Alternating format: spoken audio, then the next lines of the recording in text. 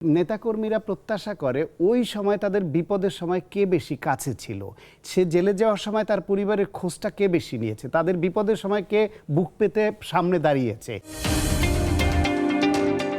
আপনারা উচ্চ কক্ষে 10 ভাগ নারীর আসন নিশ্চিত করবেন, কিন্তু সব দলের মতো আপনারা তো নিম্ন কক্ষে 5 ভাগ নারীকে নমিনেশন দেন নাই। তাহলে যারা 5 ভাগ নারীকে নিচে নমিনেশন দিল না, তারা উচ্চ কক্ষে 10 ভাগ নারীকে রাখবে এই প্রতিশ্রুতি কেন দিচ্ছে? উচ্চ কক্ষের জন্য অনেক যোগ্য নারী আছে, নিম্ন কক্ষের জন্য যোগ্য নারী নাই। না, নিম্নকক্ষের যোগ্য নারী হঠাৎ করে পাওয়া কঠিন। আমি এই ক্ষেত্রে বিএনপিরও সমালোচনা করি যে বিএনপির মতো একটি বড় দল, 4.5 দশকের পুরনো দল, তাদের এইখানে নারীদেরকে রাজনীতিতে এমপাওয়ার্ড করা অনেক আগে থেকে আরও বেশি এমপাওয়ার্ড করা দরকার ছিল। সেটা করতে পারেনি বা করেনি, সে কারণেই হয়তো এখন যখন নির্বাচনের মাঠে নমিনেশন দিতে হয় তখন চিন্তা করতে হয় যে নারীকে প্রাধান্য দিয়ে বা তাকে সম্মানিত করবার জন্য, এম্পাওয়ার্ড করবার জন্য আমি একজন নারীকে নমিনেশন দিলাম, কিন্তু ভোটের মাঠে তো তাকে জিতে আসতে হবে। ফলে এই নেতৃত্বটা হঠাৎ তৈরি হয় না, তো আগে থেকে তৈরি করতে হয়। আগে থেকে তাদের তৈরি যা হয়েছে তার মধ্যে তারা বিবেচনায় দেখেছে 3.5% হয়েছে, 5% পর্যন্ত হয়নি, দিয়েছে।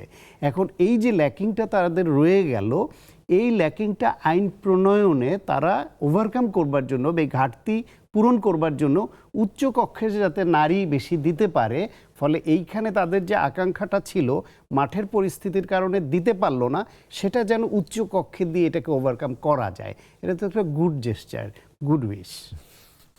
তার মানে সুশীল নারীদের সুযোগ বাড়লো, কিন্তু যারা মাঠে রাজনীতি করেন তাদের সুযোগ তারা পেল না। মাঠের রাজনীতি করতে হলে মাঠের রাজনীতিতে এমপি হবার জন্য, উপজেলা চেয়ারম্যান হবার জন্য বা যে কোনো জায়গায় নির্বাচিত ইউনিয়নের চেয়ারম্যান হওয়ার জন্য, নির্বাচিত হওয়ার জন্য কিন্তু ভোট প্রাপ্তিটা একটা বিষয়।